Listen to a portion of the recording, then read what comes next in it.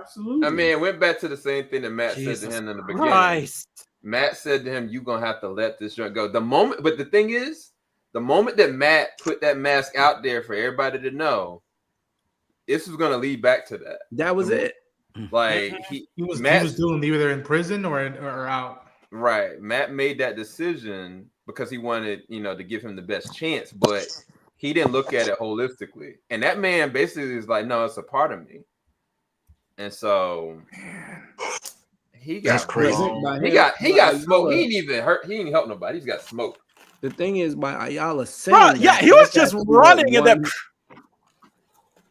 Yeah, by Ayala saying that though, that's what basically won the case by him telling Matt that it was a part of him. That's how he was able to use those examples to be like, all this stuff he's done, even for the people in the room that want him dead, and yet without the mask, without the extra power or whatever, he still did what was right and helped someone that clearly appeared to be in danger. Yeah. And that alone would have been enough for me to be like, all right, look, I got acquitted. I'm cool. The white tiger's done. But if I'm really in the mood to do that, let me take my butt back home. That's right. To Puerto Rico and do what I need to do there. And the crazy thing is, the reason why Wilson did that, because he said, I had made a promise. He made that promise to Matt. He's like, look, if you show up with the mask on, there's going to be ramifications to your actions. He watched that whole entire trial, and he was like, yeah, nah, I can't let that slide. That's wild to me. Yeah, but the promise, the issue is that while he made that promise as mayor, he is doing it as the man. That's how he's keeping the promise, which is the problem. He's not doing it as mayor. He's doing it as the crime boss he's always been. So he ain't really keeping a promise, really, period. Because if he would do it as the mayor of New York City. Yeah, because he could have said, like, I'm upholding the law that anybody that's going out as a vigilante, regardless of this trial, will not or will be prosecuted on site. He could have said that openly. Now, it would have been, public opinion would have been like, no, we need vigilantes. But he could have made that call, to your point, Ty. Yeah. But he made that call because he was like, yeah, nah. It's easier for like, oh, okay, yeah, he see what he did. He went right back out there. Look what happened. Right, but he is treating all mass vigilantes like Daredevil, because Daredevil is the one that got the one up on him, right? So he's in this position, but the thing is, one, he's the mayor. And to be honest, if he was going to do it like that, he would have just did a Jay-Z move, like, and the cops would have done it. He don't need to make the news. I mean, technically that's what he did, but at the same time, even though he was exposed, yeah, Ayala should not have went back out. No, he shouldn't. That's the thing. As soon as Ayala went back out, he basically negated every single thing that Matt tried to do, even though the risk was him being exposed. But I hope they go on the theme about Punisher, because like of the cops masquerading as living on what he represents, but the far right extreme of what that is, but in a realistic way of how we will take idols and morph it into our own identity. It's saying, like, think what happened with Watchmen, with Rorschach, like verbatim. So I'm like, after the Dark Knight, you see a bunch of cops coming in with Batman costumes with hockey pads. Like, I was just gonna say that. Yeah, they're wearing hockey pads. So I'm just like, I'm not wearing hockey pads. Yeah. So this is the part like where, okay, you're gonna have to get Frank involved. It's like, hey, someone's using your, your image, but then it's almost like it's parallel what happened in season 3 of Daredevil on Netflix. Bullseye was taking his costume. But nobody thinks that was Frank, right? I don't think so. I don't think that was Frank, but I don't think that was Frank. But what I think is Frank is going to show up because of that. Because you can't sit here and tell me that Frank doesn't know that these guys are doing it. But I think once they use, I think Frank didn't get involved because while they were using the symbol, they weren't doing anything basically that extreme. Nefarious. They have now done a cold-blooded murder with that joint on. And you can't tell me one, Frank don't know that, and you can't tell me two, Frank ain't gonna show up to punish them cats for doing that. And Matt, Oh is yeah, gonna like want to use 100%. those people to be shown like, look, a part of the police is corrupted, which you can lead it up back to Wilson Fisk if he starts doing shenanigans. But Frank is not gonna let that. He's like, no, they're out. But that's the issue though, because this is gonna be a domino effect. That's the biggest chess move he could have ever made. Because you like one of you guys said, like he could have used the police to do it. He could have used like his mayoral way of doing it. But by doing it with the Punisher, he knows Frank Castle as well. He knows Frank's gonna be like, oh no, we're not gonna handle that. And if it turns out that it's the cops doing it, Frank's gonna take out the corrupt cops, and that's a whole nother domino effect. Because then it looks like, oh wait, vigilantes think they're above the law. Vigilantes think that they can, take down XYZ. It's gonna prove his point even more, and it looks like he's not involved at all. To be honest, Right? Right. This is honestly the best move he could make. He's like, oh, I'm mayor now, so I can't do my usual tactics. So I'll just get them to kill each other. I'll get White Tiger supposedly killed by Punisher and get the real Punisher out to kill cops. Hell, any other vigilante I can fucking get, and it's just gonna make things even worse and worse. Like, but that's what I already see. That's what he would still. That would still be the crime boss Fisk. What he should have done as mayor, as soon as that man was acquitted and walked out, he should have had the police in the station arrest him for vigilantism, because he could still be arrested for that. That would have been the mayoral move, even though it was used. But he would have been more like a martyr, though.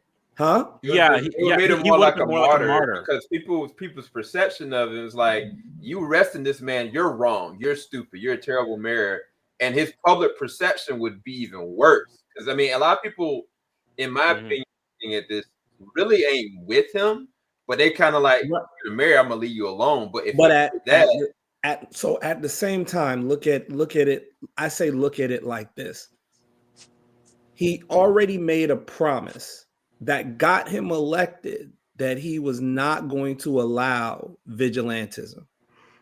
By him doing that, regardless of the hate, regardless of people not liking him, he is elected. He made that statement, and he's sticking by it. We got certain other people in high-ranking positions that, although we are not fans of them and don't like what they or their counterparts are doing with some of the privileges that they have, at the end of the day, even though they're doing it completely the wrong way and jacking up a bunch of people's lives, they are doing what they said they were going to do. I have no respect for the man, although technically I work for the man, but I got to respect the fact that at least he's standing on business, even though his business is wrong. If you're going to be wrong, at least stand on being wrong. Him arresting that dude for vigilantism is still something that he can say, look, you might not like it, but I did make a statement that this is what I was going to do, and I'm doing it. But yeah, you but remember at the also same Daredevil season 2? You remember Daredevil season 2? There's a whole separate interaction that Kingpin had besides Daredevil, all that. He had an interaction with Punisher when they were in jail together. Yeah.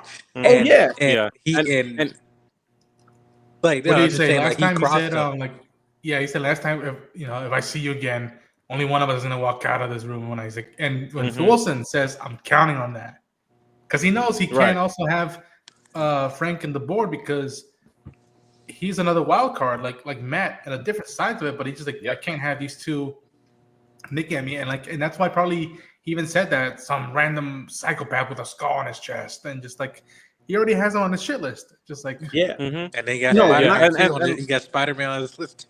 Yeah, he said that. Yeah, and let's not to the whole he could have arrested him. I do see what you're saying, but the thing is like, as Sam said, it would have made him a martyr, and his mission is to get rid of all vigilantes. That means anybody within New York, within his parameters that he can get arrested, any superheroes who are masked and not their identities ain't out there, he's trying to get rid of them. arresting Hector, yes, would have made him, it would have basically made him the symbol for, no, we need vigilantes, because he would have been alive and in jail. Doing this is a domino effect to keep himself away, like not within the spotlight of it, but at the same time to get rid of them without even having to lay a finger, playing a smart move without anybody else realizing it. It's just a way to get rid of anybody else, not just White Tiger, Spider-Man and Daredevil and anybody else who's out there within New York at this moment in time. This is the way that he's going to go to get rid of them, because doing this when it seems like the Punisher is doing that, something that Frank would not want to happen, and getting Frank to come out of hiding wherever he is a domino effect to just get rid of him and then get rid of anybody else. It's a long game. He's playing a very big long game. And while I definitely hear the point, but all you're telling me is this, and this is the issue I have. He is now being the sole hypocrite, because what technically then he's doing is he's using his old ways as a crime boss as the mask to perform vigilantism himself by getting rid of the vigilantes. He's using the Wilson Fisk that we know from Daredevil, except instead of it being front and center, which he keeps talking about, he's now using it as a mask. But instead of him putting on his own mask, the criminal, he's doing it in the ways of getting other people to serve as that vigilante. No, that's a hypocritical issue. No, I completely agree with you, but I think that's right. That's the basis of this whole episode, because not just Wilson, it's Matt too. Matt putting, him, right, the White Tiger, in the same situation where he knows if this was flipped like a year and a half ago, he would like, man, wow, it just happened. And he just the night before, right, did certain things to get what he needed, and then antagonizing the witness to quiet them up. They're both, at the end of the day, it goes to the same exact balloon from the first episode. That's why this is a really good series. Yeah. This is blowing up because they're trying to be different than what they are, and it's not gonna work. Eventually, it's all gonna completely blow up. But I think that Matt and Wilson are both going outside of what they're supposed to be doing. I'll put it like that. I think that's the hypocrisy of the whole entire thing. They're both playing a chess game, and the vigilantes and the police and everyone else, their friends, are all pieces on this chessboard. That's really what's happening, because they're both trying to no longer be what they really are. And like you said, Sam, they are now fighting. They're now fighting to keep to that urge to be what they are. Like Ayala said, the White Tiger isn't just a costume, it's who he is. Daredevil is who Matt Murdock is. The crime boss we know as Fisk is who Wilson Fisk is. The only difference is that from the last few seasons to this one, they did not have their moral compasses in place to kind of curb that beast. Foggy is gone. Paige, gone.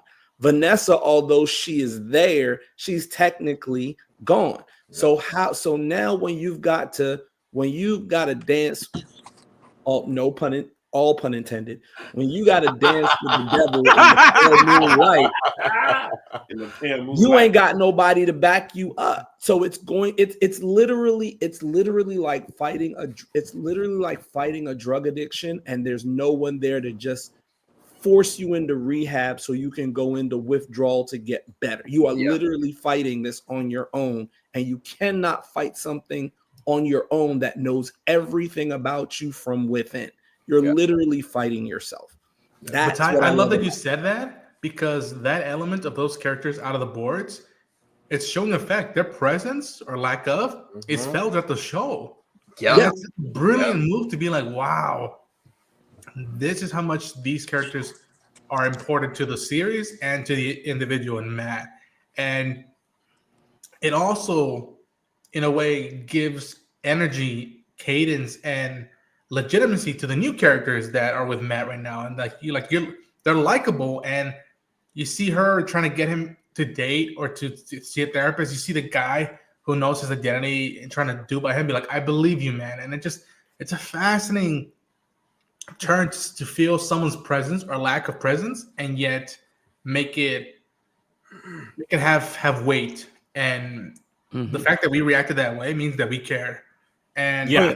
I want to just say, I just want to give a shout out because what an amazing arc for Hector Ayala. Camar del Reyes, may he rest in peace. I never met him. I don't know much about him, but for 2 episodes or 2.5 episodes, woo, what an arc. Yeah. I didn't even know he passed. That's a shame. Yeah. That dude is nice with the acting. Yeah. I don't know if we want to keep going or wrap things up, but I'll say from my 2 cents is that no quality has dipped. If anything, it's just tightened the tension, and it's the Michael Corleone thing for Matt. Just when I thought I was out, they pull me back in, and they pull me back in. And to echo Mike's sentiments, the fact of the way they're shooting this series thus far, and what we've been seeing, and what we've seen of stuff like the FF is that I love that some of these projects and hopefully more are getting to test the waters and just express themselves than the normal formula. And again, this is not denigrating the Netflix era. This is not ignoring it. It's almost like saying, we hear you, you exist, but we're doing our own thing and we're trying to push it as much as we can. And again, similar yet fresh. So it's another A for me. I love Matt's love life right now, or dynamic with the therapist, and God help the Fisk. That's all I'm gonna say. Yeah, I mean, this just made room for the way I look at it. This is the aggressive expansion. Like, they're adding on from everything that the first 3 seasons did, building out in connection with the MCU, and at the same time making it fresh with great writing, great editing, great acting, and great build-up. Like, the fact that we were all invested in this case. We were all collectively invested in, I don't know where this is going to go. It could go either way. And it made us actually process and think, who's right in this case? That is amazing. None of the other seasons of Daredevil, I cared about any of those cases like that. I cared about the outcomes of the cases, but not the cases themselves to say, man, maybe this is wrong. Maybe this is right. You know, I think that they came really close with a lot of like the perspectives of the internal side of Matt Murdock. But this is very different. And I even love like the girl that's doing the blog and getting the outside people's perspective, because it's still connecting us to New York. The people are so connected to this series that it feels real. It makes the MCU feel expansive, while at the same time making sure that this story is done. This may be an A+ to me, because without any action, this was not filler. This was important. And that's kind of where I'm at with it. So I'll say this. Oof. I so want to give it an A+. I gotta give it an A- though, because I'm still upset about Foggy. I ain't even gonna lie. I'm still upset about Foggy. But what? No, I'm serious. What does that got to do with episode 3? Listen, right? Look, listen. Look, I'm telling you, seeing that. Listen, when you look, every series gets determined off that first episode, you know. And I'm just gonna keep it a buck. That one hurt. That one hurt hard, but I understand it, because you're eliminating pieces off the board to really build that tension and struggle. On top of which, the case in and of itself was it's like someone got Dick Wolf to get his people to do this case, you know, this Law and Order kind of case, you know. But I give it an A- for that. But the reason I can give it an A- and not just a regular A is because this allows me to forgive Marvel for what they did to Murdock and She-Hulk. I'm sorry. What they did with Daredevil and She-Hulk was atrocious to me. However, it is nice to see them come back to the grit of who Matt Murdock really is even without showing, you know, at scale, the Daredevil aspect, but they're really showing what Ayala said. Daredevil, you know, Daredevil is not just a costume, it's him. And he's dealing with that. And to see somebody go through that struggle in their own story arc, I gotta give it the A-. It's not a bad thing. I just loved that Foggy was his moral center, but I also understand it because it's like, what does the hero do who's struggling to not be that kind of hero anymore? What happens when you pull all his moral center, all the things that bring him, take him from going over the brink, off the board? So it's A- for me.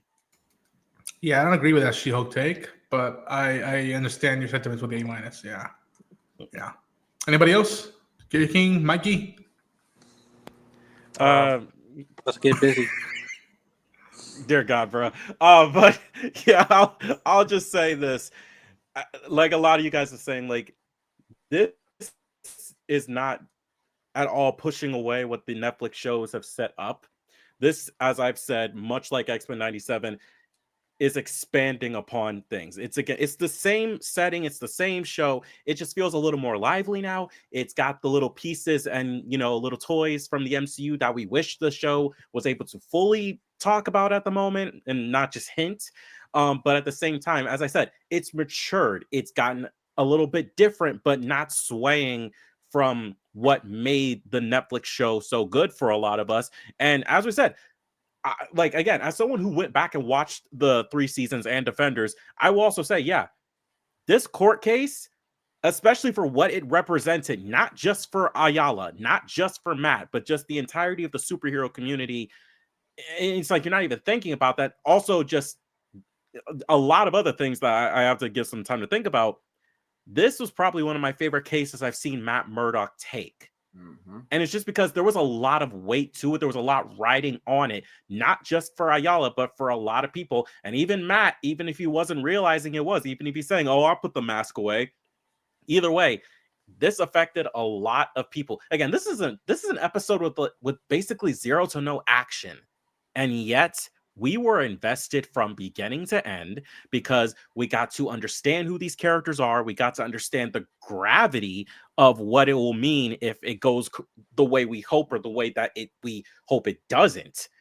Like, there's a lot riding on it, and it made us care. I mean, hell, as you said, we only got to know Ayala for 2.5 episodes, and yeah, we already liked the character, and now he's gone. Like, the fact that we reacted the way we did when he got shot in the head means that this show is doing something right and making us care about these characters, new and old. Yes, Foggy's gone, down 6 feet under, and Karen, she'll probably she'll probably return at some point later on in the season. But it's like, again, outside of Matt, Wilson, and Vanessa, like, everyone else is new, but they don't detract from what we used to have or what we hoped to have. You know, with Daredevil, again, like the new characters for Fisk and his mayoral, you know, offices, Matt and his new people at his law firm, his new girlfriend. Again, it all feels like natural. And again, most of these are new characters, but at the same time, it's like it doesn't detract from what the show was and what it has now evolved to. Like, the show has honestly evolved, and it's saying something that, again, we haven't seen that much Daredevil action. That was only in episode 1. See, episode 2 had some action, but that was just Matt fighting. And as I said, little to no action this episode. And yet we're still all invested, which goes to show it ain't just about the action. We care about these storylines. And so far, the storyline has us invested to see where this is going to go. So yeah, I'm going to give this A+. I cannot wait for episode 4 now. Yes, sir. Yes, sir. All right, another banger. We're gonna go back, guys. Yeah, folks, please follow these fine gentlemen in their respective channels. You know that the coverage for this show is just gonna be going on any of our channels. Thank you all for taking the time, and to everybody watching, hit the like button, subscribe to the channels, and until then, Take care. Stay busy.